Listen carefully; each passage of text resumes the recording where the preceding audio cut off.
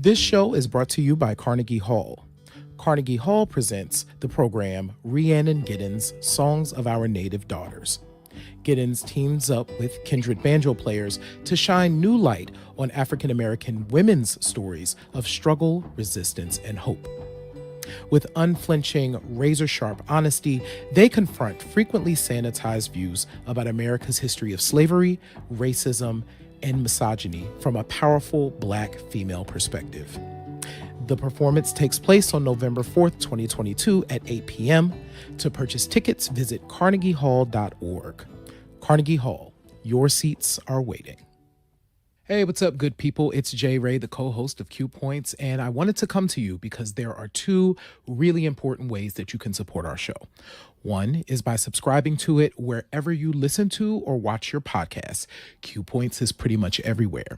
The other thing that you can do is you can visit us on Apple Podcasts, on Spotify, and on Podchaser, and you can leave us a star rating. Please rate us 5 stars because you know you love Q Points.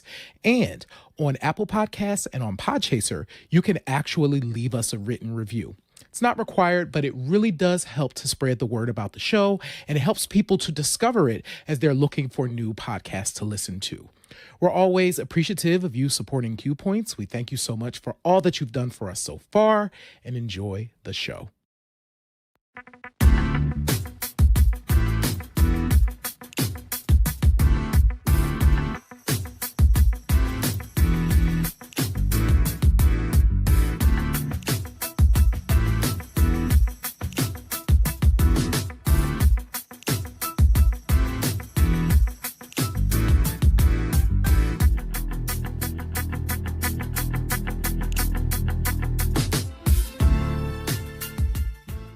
Welcome back to another episode of Q Points, your favorite podcast for meaningful conversations regarding Black music, Black artistry.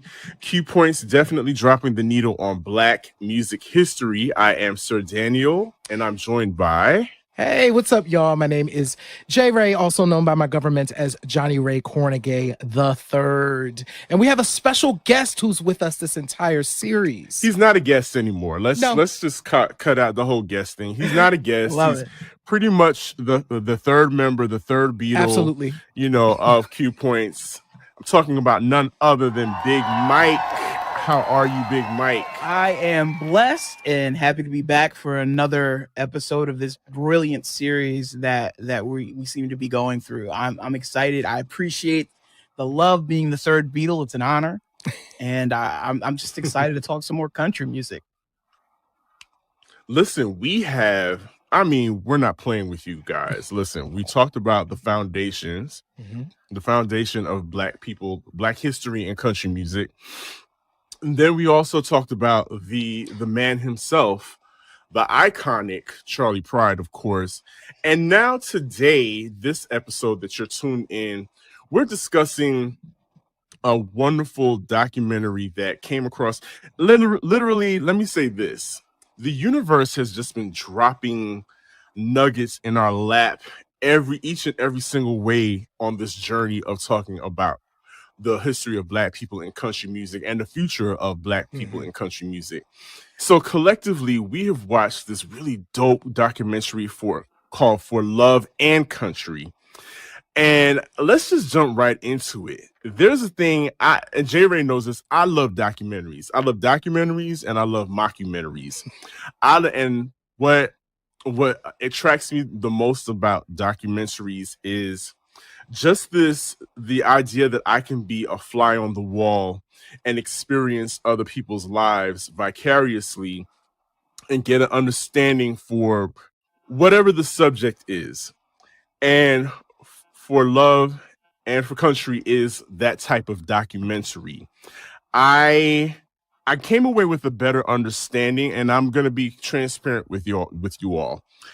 I kind of wondered, what is the big deal? What was the big deal about needing the inclusion for Black people in that world, the world of country music? I was like, what's the big deal? Why are people just so pressed about being a part of it? But I get it. I get it now and thanks to Mike, I get it. I get why we need to claim that space, why we need to take up space. And a good documentary can change your mind, and that is exactly what this one did. Absolutely. Mike, I'm definitely dying to hear your thoughts, but I echo everything that you said about this, Sir Daniel. I think that one, the documentary is beautifully shot.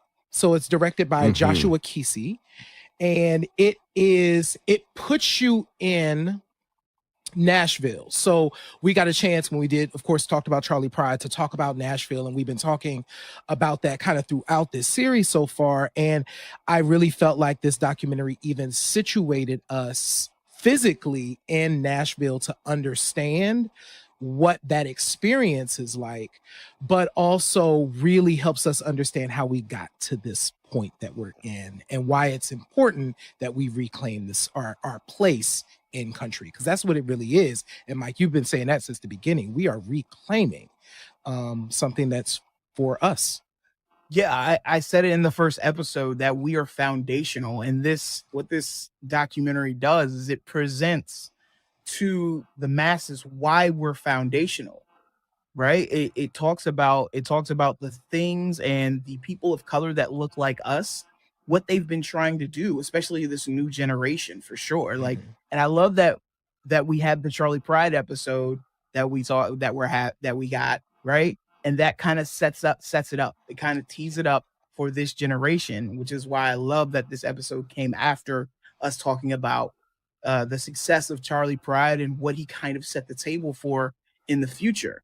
It's a shame that it took 30 years for us to really establish a scene and for us to establish a space in country music, seeing how we are. And I'm going to say it until I'm blue in the face, that we are foundational in country music. And so I love the documentary, and it definitely put some light on other people of color in the space that I wasn't even aware of. Right. You know, we got my boy Jimmy Allen. He's of course, holding that banner, raising that flag really high. Like I told my wife, I was like, all I see is Jimmy now. He's everywhere. Like literally everywhere. Social media popping. He's got him, and I think his son with him. He's everywhere now. He's everywhere. And so I appreciate that. And I appreciate that I got to know him very early in his career. So it's always a point of pride when I see him on these bigger national stages, holding that banner for country music and doing and innovating in that space and saying, hey, we're here. And what this documentary does is it takes the success of people like Jimmy Allen, right? And the success of a guy like Darius Rucker or Mickey Guyton, and then fills in all those other spaces, right? Like we have an Amethyst Kia who was ridiculed for her playing the banjo, right? And we've talked about this. The banjo is also a foundational instrument that we brought to the table. And that effect. Listen, I'm about to stop calling it the banjo, and I'm going to start calling it the banjo. Banjo. I'm going to give it a little banjo, give it a little, a little motherland flair to it. Because listen, you're absolutely right, Mike.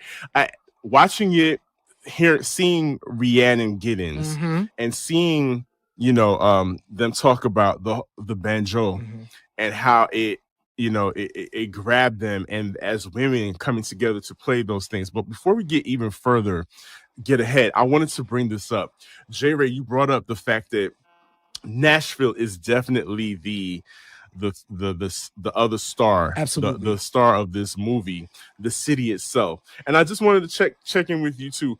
Have both of you had an opportunity to actually go to Nashville and to experience Broadway? Because I have not. And I always wondered there's several cities that are synonymous with music. And I wonder what it is specifically about these cities that are able to create this area of music and have these cities become very popular for music. And I just wonder what that formula is. But yes, tell me about your experiences there in Nashville, and what did it feel like to you when you were there? Can you feel the music? I know that sounds really trippy and heady, but hey, that's what we do here on Key Points. I've never been. It's always been a bucket list place to go. When I was driving to California, we actually rode through Nashville, and it's a beautiful city. And I hope to get a chance to really get myself immersed in Nashville one day, because I mean that really is if you want to be a country star, you really have to go to that city and really put yourself in there. Which is a shame that you have to go to that city to do that, right? Right. To really immerse yourself in that scene. But it is a beautiful city, and I hope to get there one day. I'm not sure what the appeal is with that particular place. I'm assuming, and I think I've heard somewhere, don't quote me on this one, but that someone named it Music City, and it just became it, and everything else followed through with that situation. But I do enjoy the documentary because it doesn't just talk to country artists. It talks to the people who actually live there. I think there was a former mayor that was interviewed for that documentary, and he's just talking about the rich history and the people of color that are there, and that they feel like they were there first, kind of type of deal, right? They have the sense of ownership of Nashville, and that we get all of these black artists coming in, and we get these white artists coming in, and the white artists quickly make themselves comfortable, right? This is our city. This is Nashville. This is us. And then it makes the people of color feel less welcome. And so it's a shame that one city is determined your future in country music. I don't think it should be that way, but it's just how the system works at this point in time. Yeah, I do want to talk about that. But pause. I want to go back to Sir Daniel's original question. Yes, I have been to Nashville many times, actually. I have never been over to Broadway specifically, where all the clubs. So watching the documentary brought this up. I have been to Opry Mills and the Grand Ole Opry area of Nashville. They didn't have a show, but we were able to kind of go in there, and I took like a mini, like, oh my God, like this place is like beautiful and big and gorgeous, and like it's very grand, right? Now I go back with a whole new lens, knowing what I know now about the history of the name Grand Ole Opry. So, but what I found interesting about Nashville is when I was there, I had the black experience in Nashville. So like, I think it was Mike Floss that was driving through Nashville and like talking. So I had like the black Nashville experience, which at least from my outside view, was very separate from the music experience that you see in Nashville. And that didn't dawn on me until I watched the documentary. So yes, I have been, but I have never done the music part of it. I just did kind of the hanging out in Nashville, and I did all the black stuff in Nashville, and it felt, I don't know what that part feels like. So I'm dying to go back and experience the music part, because I would imagine it feels like a totally different city. Yeah. And I think it's funny. So, Mike, just so that you know, we're in the presence of one of the most traveled and well-learned members of the Q Points team, because not only has J. Ray been to Nashville, J. Ray is super close to Philadelphia. Of course, he's been to New York, Atlanta. Like J. Ray has touched all the major music cities in the United States. True. So Detroit. Did I say? I didn't mention Detroit, right? Did I mention? Yeah, Detroit. You spent time in Detroit also. So it's like we need to start hanging out with J. Ray more. Absolutely. Apparently. And let him take us on tours of these music cities. Oh, quick thing. One of my favorite bars in the world is in Nashville. I went to one of the best bars I'd ever been to anywhere in the world in Nashville, Tennessee. I wonder if that bar is still open. I gotta figure it out. But it was a little low-key speakeasy sort of thing. Okay. And if it's still local, yes, it was absolutely beautiful. So in Nashville, Tennessee. So Nashville, it got some stuff with it. We need to all go. That's what we're going to do. We're going to take this and we're going to go over to Nashville and hang out. I love it. Well, clearly we're going to go on tour. Right. With Exactly. regards to this. Clearly we're going to go on tour because of this series. And but yes, the whole like I said, documentaries, especially documentaries that feature a major city, always have a special place in my heart and always pull me in. And what I was also struck about this about this documentary, this film, was the unabashed, this like this lack of fear on this new generation to present their whole selves, because we had several characters that we were introduced in this film that are of queer experience. Everybody's Black, but then you put on top of that are queer, which is literally unheard of, because if we're going to keep it a buck, country music doesn't present as the most inclusive when it comes to people of different sexual expressions. So I was very struck with that. Agreed. This younger, I mean, in general, I think there's the whole younger generation is just different. But also I think, and I'm wondering how much the internet plays in their ability to feel like, hey, we can just do this. There's nothing stopping us. We could just do this, and talk about this experience in a way that was just like, nobody can do that but us. I think the internet played a huge part, because no one can control whatever narrative comes out of Nashville anymore. I think this generation realizes that we don't need the establishment to put our music out. We don't need the nod or the rub, right, for us to be involved in this space. And I think that has become really huge. And not only do we not need your permission, we're going to put the music out that we want to put out, and we're going to just invade the space.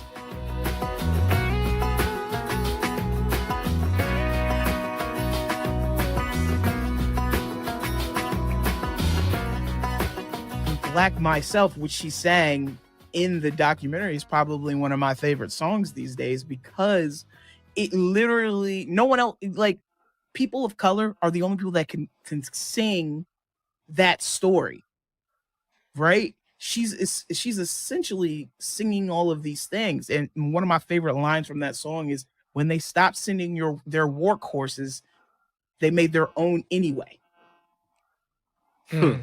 Right? Like, and I'm like, just let that sit on you for a little bit. Yeah. When England stopped sending work horses, what they decided was they were going to make their own anyway. Yeah. Right. The paper, she said, I couldn't pass the paper bag test because I'm Black myself. Right. Like, just telling those stories and being able to sing those stories, there's nobody else can do it. Not certainly our white counterparts can't sing that stuff. Right. You know what? So yes. And here's what's interesting. And we talked about this in that very first episode. There is such an opportunity for the core country listeners. And we know, because they talked about it in the documentary, how country has remained white because it aligned itself with conservative whiteness very deliberately. Ronald Reagan, it all comes back to Reagan, of course. Right. But aligned itself, right, to be able to maintain this view of what country is. But if we really want to shake it up and really want to make some change, country is a vehicle for unity. And I think for us to start understanding each other better. You get to hear truth, right? Mickey Guyton, who is fascinating to me, who said, like, listen, I have been through the machine already. It works if you are a tall white man. White man. Yep. That's who it works for. Yep. And how Mickey had to kind of undo herself. She had to untether herself from that and be her full self in order to break through. the fact that I'm sure that all the handlers, they probably didn't have anybody that looked like her doing her hair and dressing her, the whole styling behind it, probably trying to keep her from looking like Destiny's Child because they didn't want her to blend in with any R&B artists or whatever. They wanted her to look country because there's a stereotype, like she said, of what country is supposed to look like. And I don't know if you guys noticed this, and maybe it's just me nitpicking and seeing stuff or hearing stuff where I think it where I'm hearing it, but I noticed the language gradually from the beginning of the film towards the end. People were kind of tiptoeing around calling a thing a thing. We're tiptoeing around it, saying things like, oh, well, the establishment, the traditional. Then finally Mickey Guyton was like, oh no, well, if you don't look like a tall white man, then this game ain't for you. And towards the end, people were like, I'm calling a thing a thing. And it's like, we have to say it out loud. It's like, you all don't want us here because you're trying to keep it white, basically, because of what you think that represents for this country, and trying to uphold a standard and a way of life and an ideology that a lot of people are still holding on to, as we witnessed on January 6th. But that's neither here nor there. But I mean, what you're hitting on is exactly why Amethyst's song is important, and songs like American Dream by Willie Jones is really important because it explains what we are going through, right? It explains those things, right? Willie Jones is talking about the American flag in his song, and he's saying he's an American, but he's got to keep an eye on the flag, right? Yeah, and then he's saying, white man, can you get it right, man? Like these type of things, like these are the stories that can be told, and I think that is why I think traditional Nashville is a little worried, right? Because they're like, okay, now these kids are coming in and they're calling us on our stuff, right? We can no longer just hide behind that country music is a white thing, and we can't hide behind that it is a conservative thing, because it's not, right?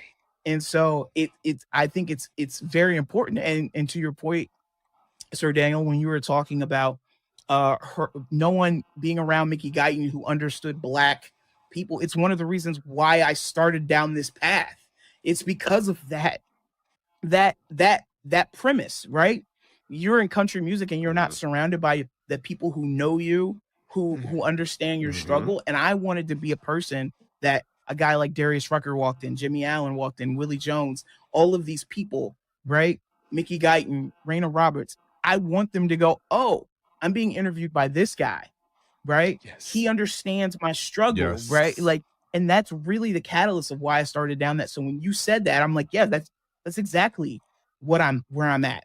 And Mickey Guyton said it. That's exactly where this whole thing started at that point. And so I appreciate that this generation is starting to really just push those boundaries and go, we're here. You're not going to get rid of us. We're not going anywhere.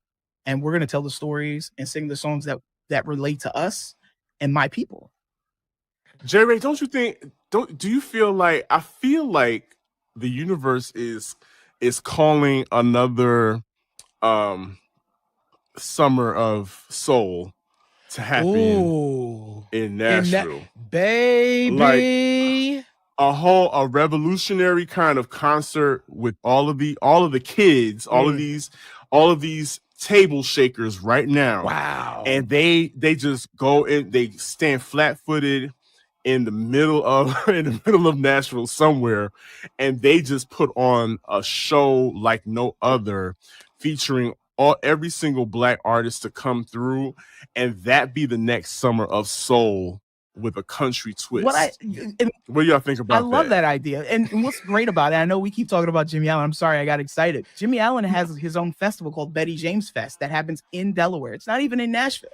It happens in Delaware. Like I'm down the road from there. That's down the road from me. In his hometown in Delaware, he puts on a concert every year. And this is the second year I think he's done it. The first year it was like downpouring, but it's called the Betty James. It's named after his grandmother and his father. And it's called the Betty James Fest. and he does it every year. And I think that's what you're talking about.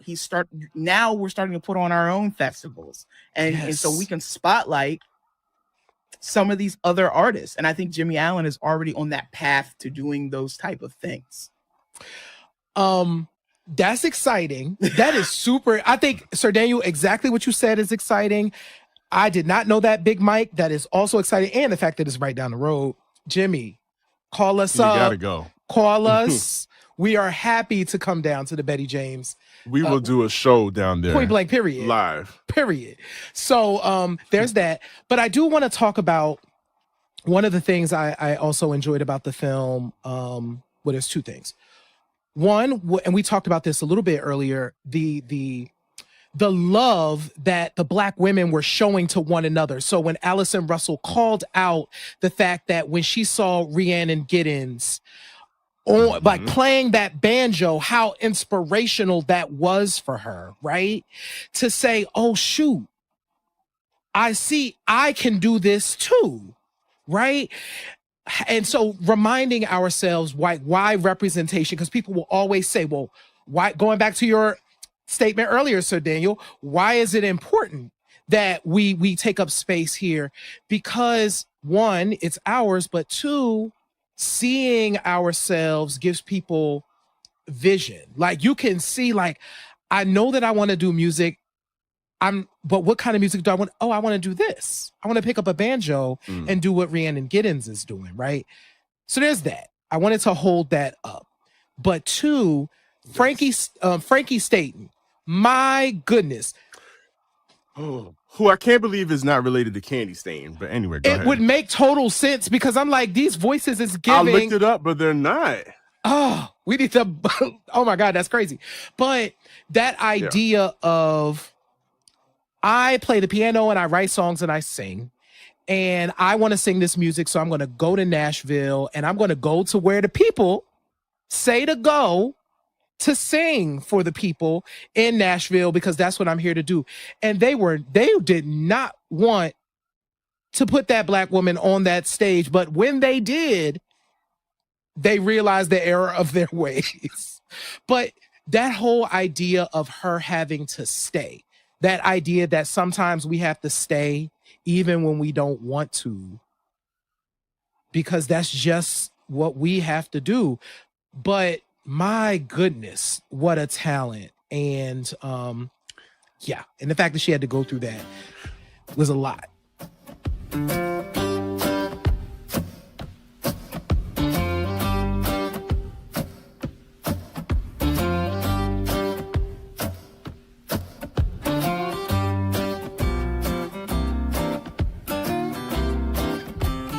That documentary, she's one of the people that when she arrived in Nashville, they told her to go see Charlie Pride.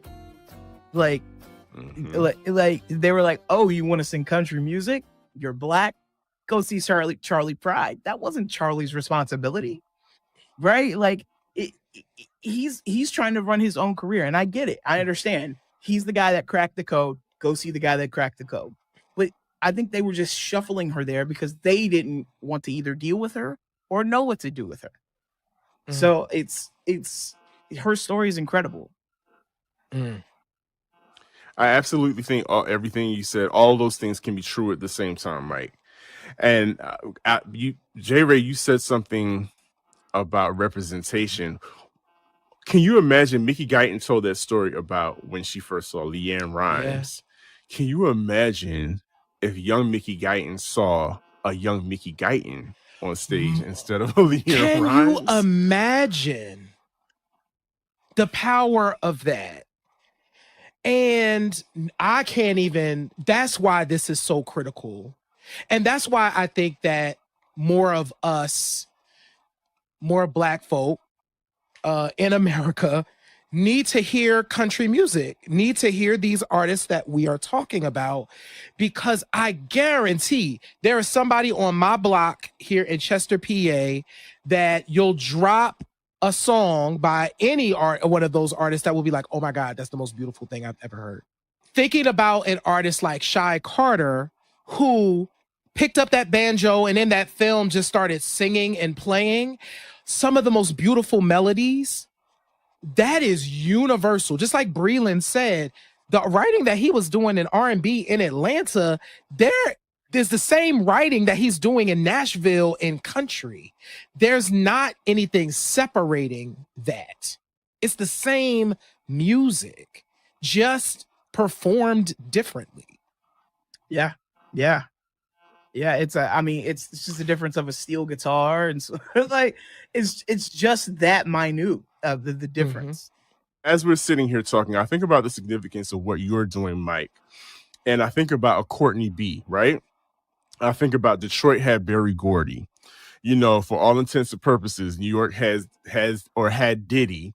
You know, we need figures, not hidden figures. We need guys like Mike up front to be that, not necessarily a gatekeeper where the establishment pushes all the black people on him, but we want the establishment coming to a Mike or coming to Mike with all of their coming to him like, okay, who do we need? Who's the next?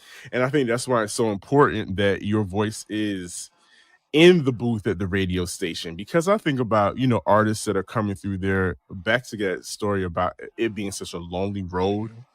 And I know a lot of times when artists come through to different towns, sometimes radio stations are the only place that they get some like human connection. And imagine being a black person, and this almost, I guess, like the Chitlin circuit back in the day. You know, you're kind of relegated to only certain things, but they're in this space, you're relegated to these spaces where you're not represented wholly or completely. And so when you see someone like Mike, it makes all the difference. So how do we encourage? I know the easier thing is I want to be in hip hop, I want to be in R&B. So how do we encourage these up and comers? Like, hey, listen, I know this looks cool over here, rap is cool and all that, but country, get up in this country game, that's bro. where you need to get up in that country bag, ma'am or sir or ma'am. You know what I'm saying? Like, Mike, what can we do, like, as a people? Like, how do we encourage more big mics to come into the game?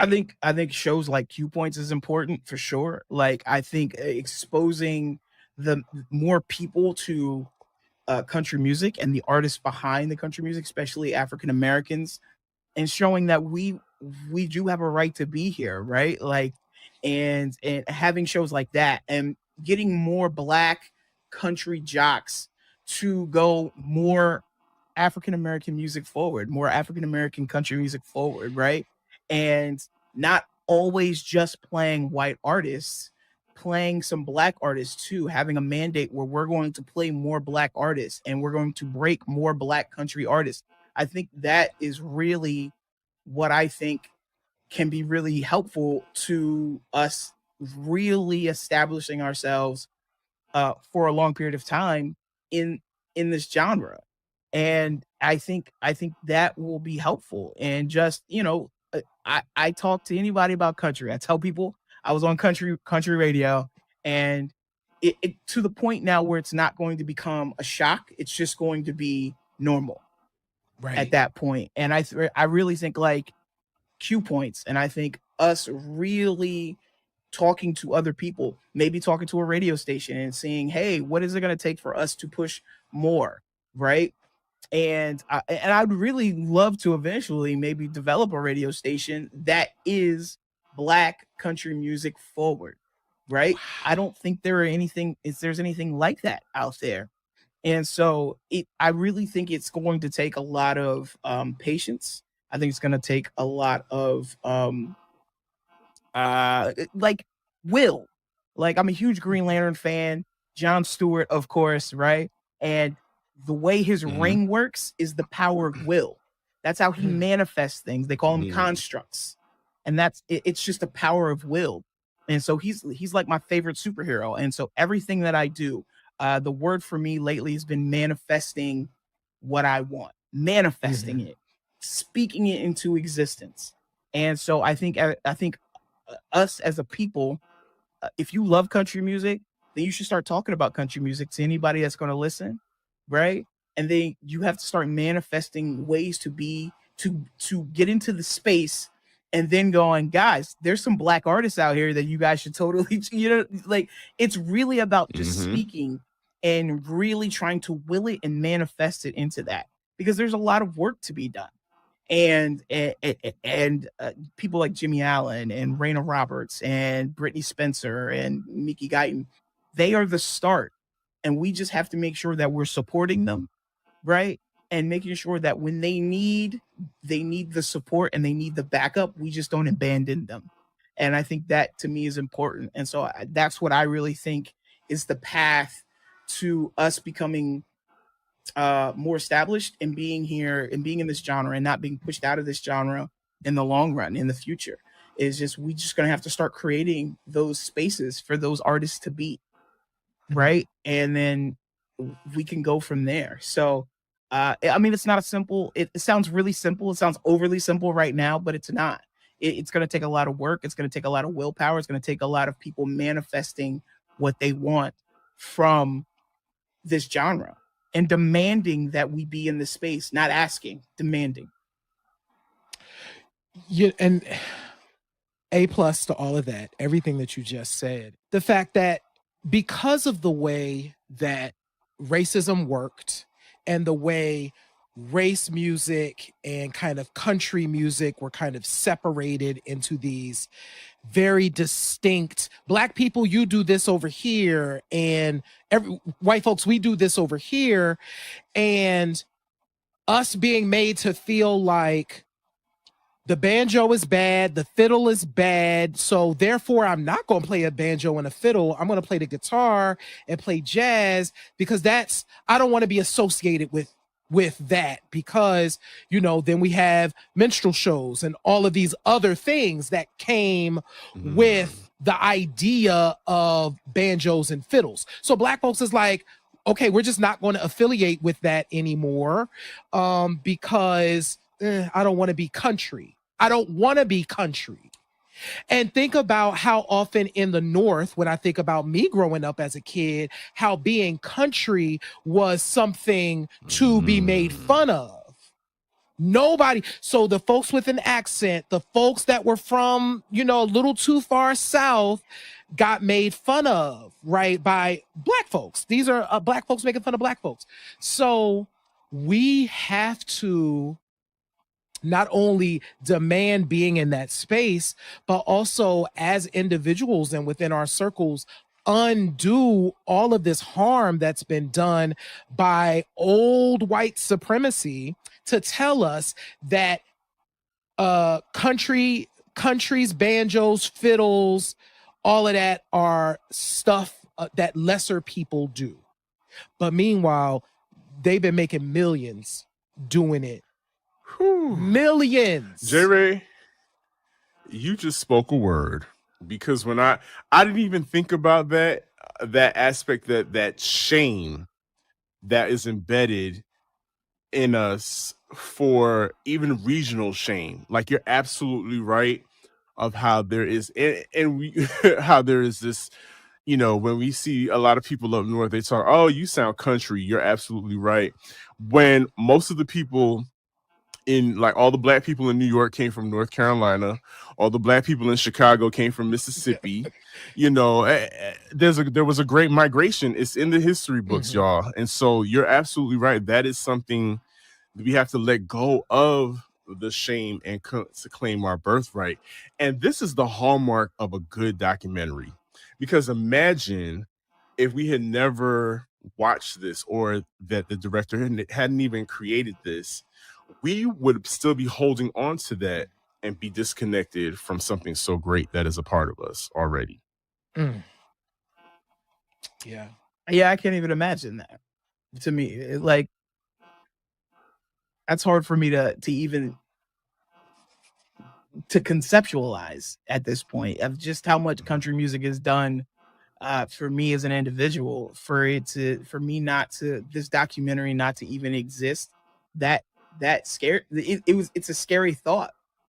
And the fact that these artists that are starting to come out and wave this flag, I don't I don't even know where I would be. Like it's just kind of it's a weird thought to think about that. People like Jimmy Allen and Willie Jones and all these people that we're speaking about just kind of fall to the wayside. Like I don't even know what kind of that, where would I be at that point? So it's a thought. It's a thought. And so I don't want it to go away.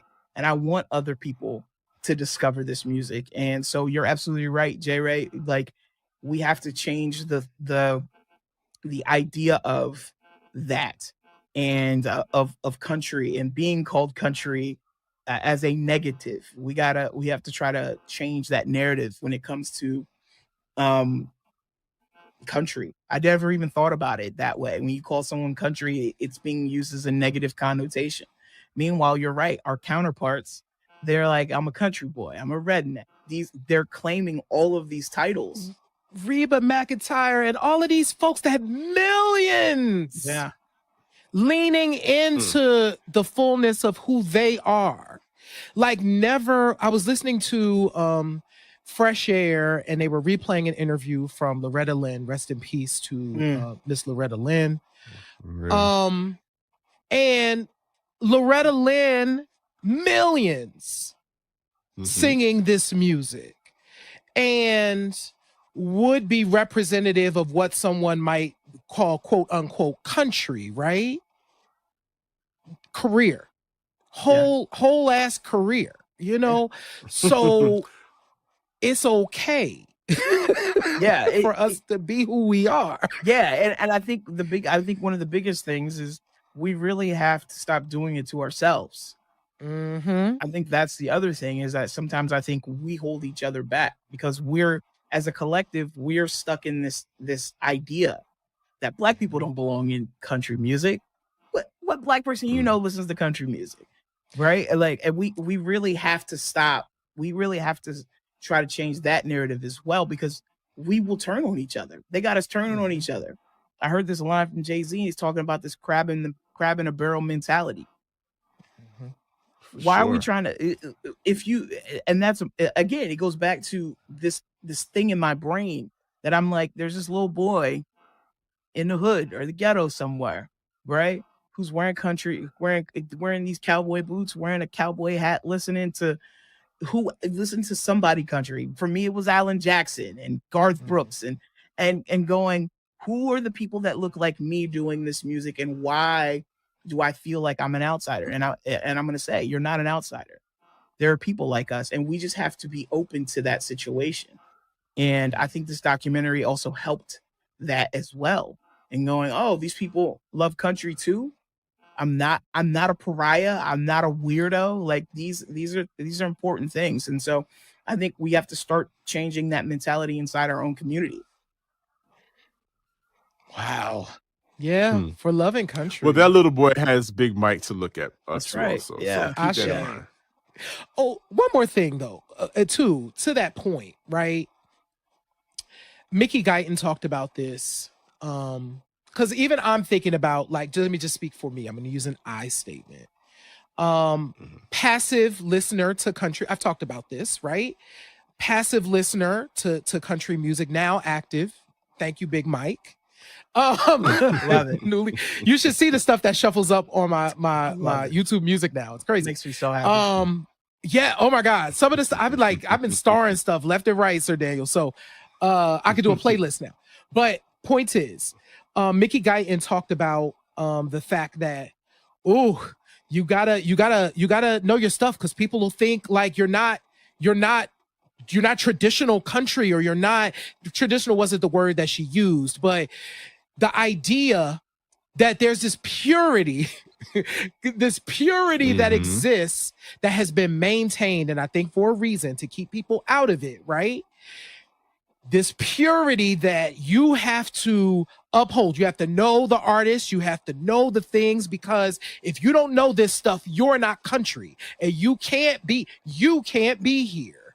We gotta we have to say, you can't tell me when we are part of this history that I can't be here. Check your history. It's what I said in the first episode. Check your history. You did? If you say that we can't be here, check your history. because we're here, and I'm gonna say it again, we're foundational. You can't deny that. So tell me what artists you want me to know about, and then I will learn about them. But don't try and kick folks out, because I do think there is country is one of those. Jazz has this a little bit, but jazz is a little easier. Jazz does have it a little, but I also think that has been developed over time from the same thing that happened in country. I think it all comes from the same place, right? Where there are these quote unquote purists Mm-hmm. who are trying to maintain control over it. And I just want folks to understand, like J. Ray, you ain't got to know all the country in the world. You ain't got to know the whole history of nothing. But you can listen, and you can talk about the fact that you listen, and you can't be pushed out. Because that's the sense I often get. And that's what Mickey was kind of getting to. Like, when you go in for these interviews, like, you got to be country. It's like, what the hell does that mean?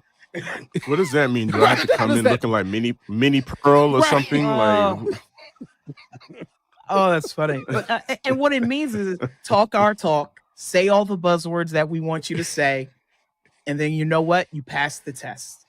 And I think that's crap. Like, why do I have to pass the test?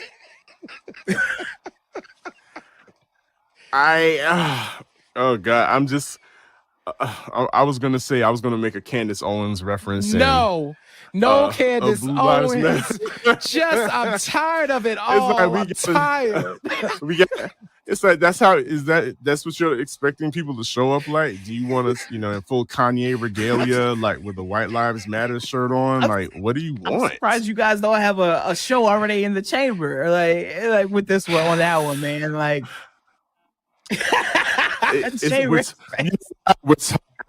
We're tired. I get it. We're tired of it. I get it. He's that person that we are slightly referenced. We're very exhausted with that person.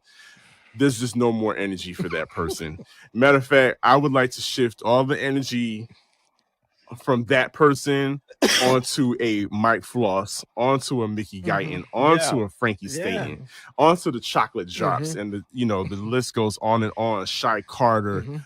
Let's take that energy and move it from here over there. I'm with it. Yeah. And that kind of energy is what I'm talking about us as a community. It's that type of energy that keeps each other from discovering other music and learning about other music and understanding that we have a place in that music, because we're too focused on gatekeeping ourselves in this weird way, right? Like, are you black enough? You're not black enough, right? You're too black for this, but you gotta be black enough to do like, do you understand? Like, we're gatekeeping ourselves at this point, like, which is it's exhausting. What I think it is. It 100%.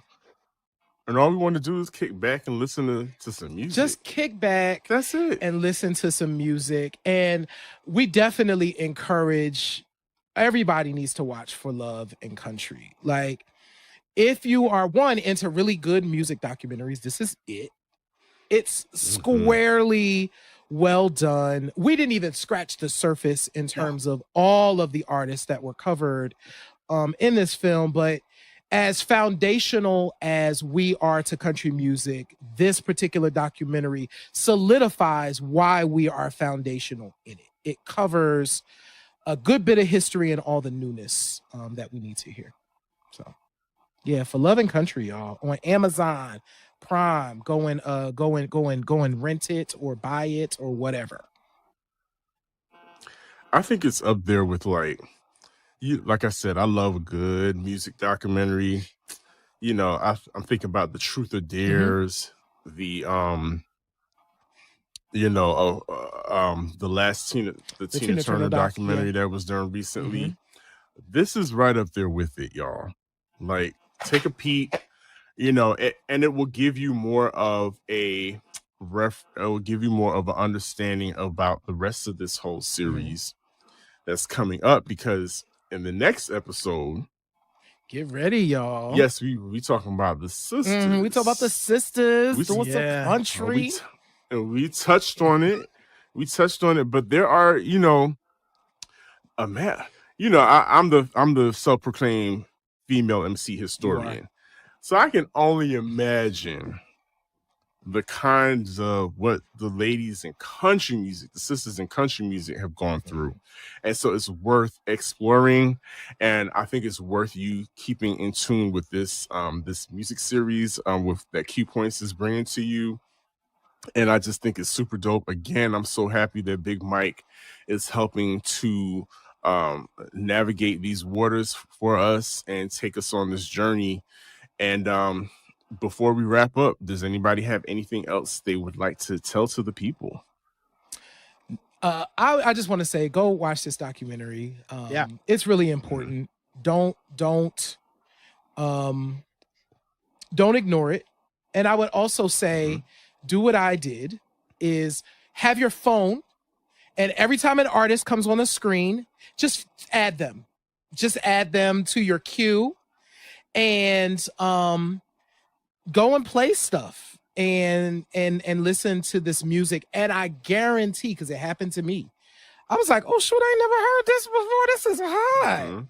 It'll happen, and you'll be happy that you did. For love and country, that has been the topic of discussion on this episode of Q Points. I am Sir Daniel. I am Jay Ray. And I'm Big Mike. Big Mike. This has been Q Points. And what do I always say? In this life, you have a choice. You can either pick up the needle or let the record play. This is Q Points, dropping the needle on Black music history. We'll see you in the next episode.